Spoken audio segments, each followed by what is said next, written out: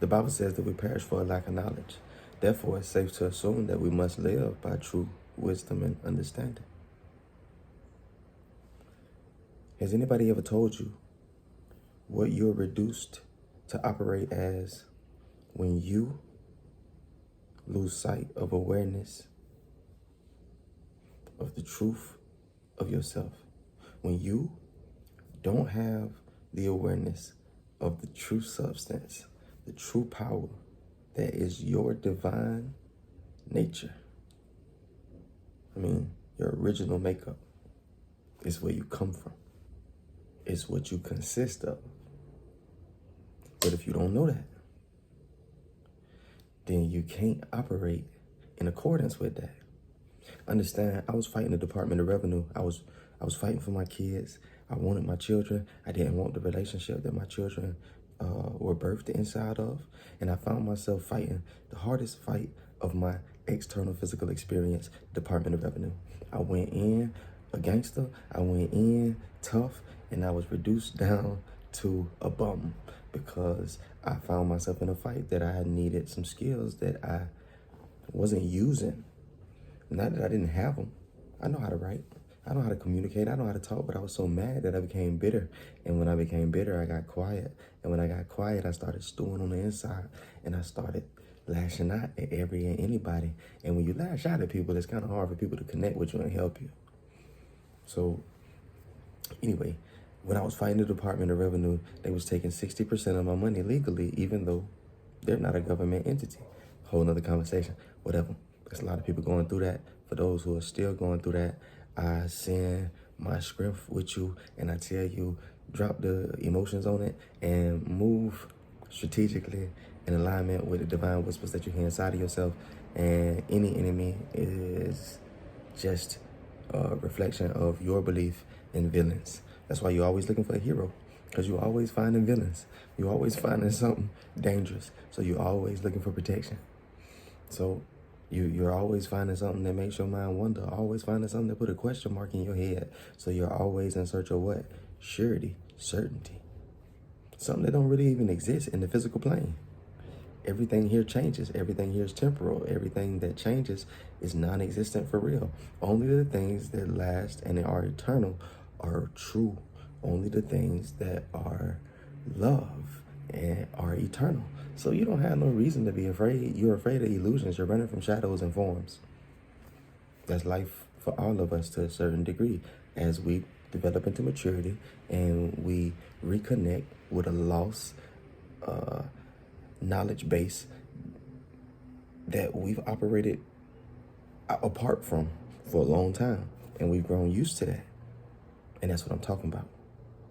See, I'm talking about, even though you know that your dysfunctional ways are causing you problems, you still operate in your dysfunctional ways because to you, it'd be more discomforting and more of a strain to try something different.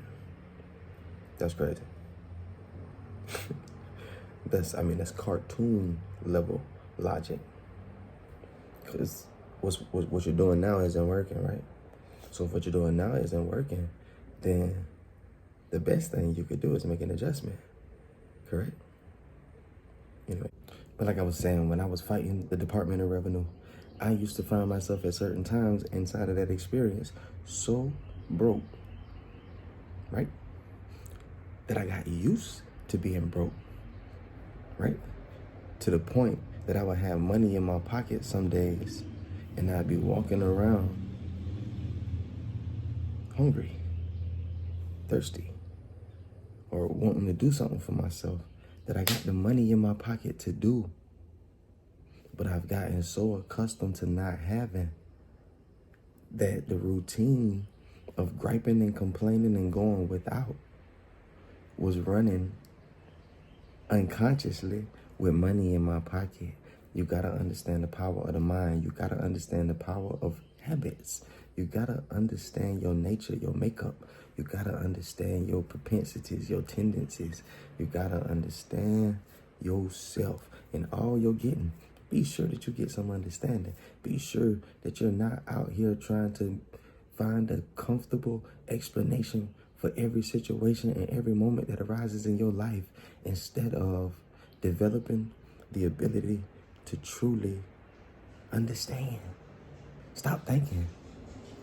The only thing that's in your head are the past experiences that you know in this moment. When you think accurately, you assumed wrongly about when they were happening. So if you come with the same assumptions, you're going to get the same outcome. And that's called insanity. Anything that's insane is brain dead. Anything that's brain dead can't grow or develop.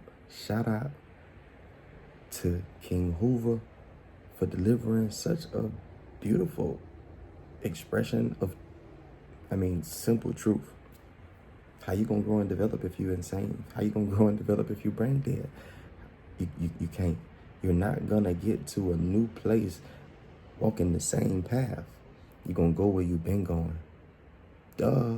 And what's crazy is the path to the same is filled with people who are conversating about how much they don't want to go back.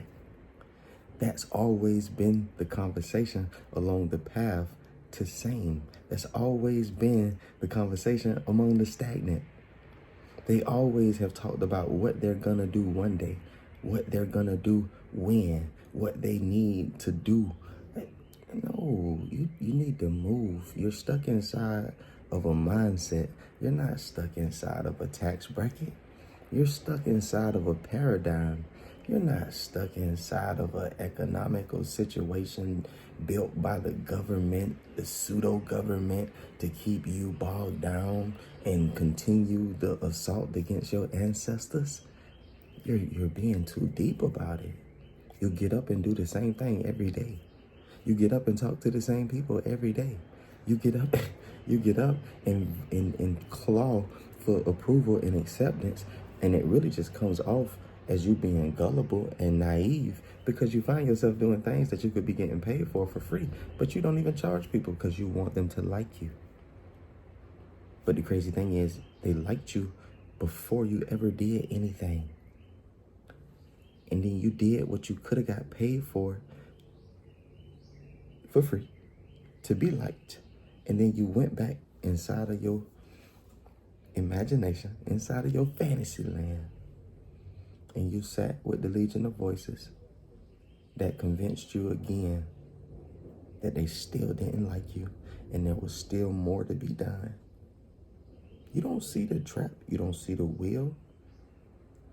You little hamster.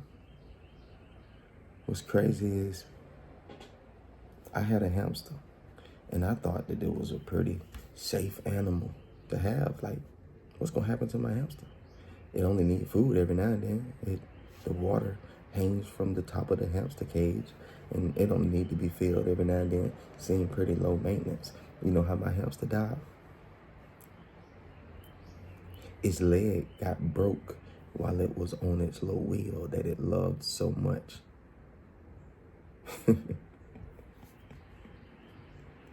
The wheel that you love so much, that circle experience that you get on out of boredom and out of disengagement and out of the unawareness of the abundance of life inside of you, is going to be the death of you. It seems like the safest thing for you. It seems like the best place for you. It seems like free, casual fun. Easy to manage. I do it all the time. And then one day you're going to find that it's going wrong. And it's led you exactly where you didn't want to go, where you thought it was keeping you from. And by the time you're ready to partner with the knowledge that was given to you when you were a little boy or a little girl, that there's a way that seems right to a man that leads to destruction, you'll be so knee-deep in creating your own destruction that the only thing that's going to pull you out is a miracle. Lock in, man.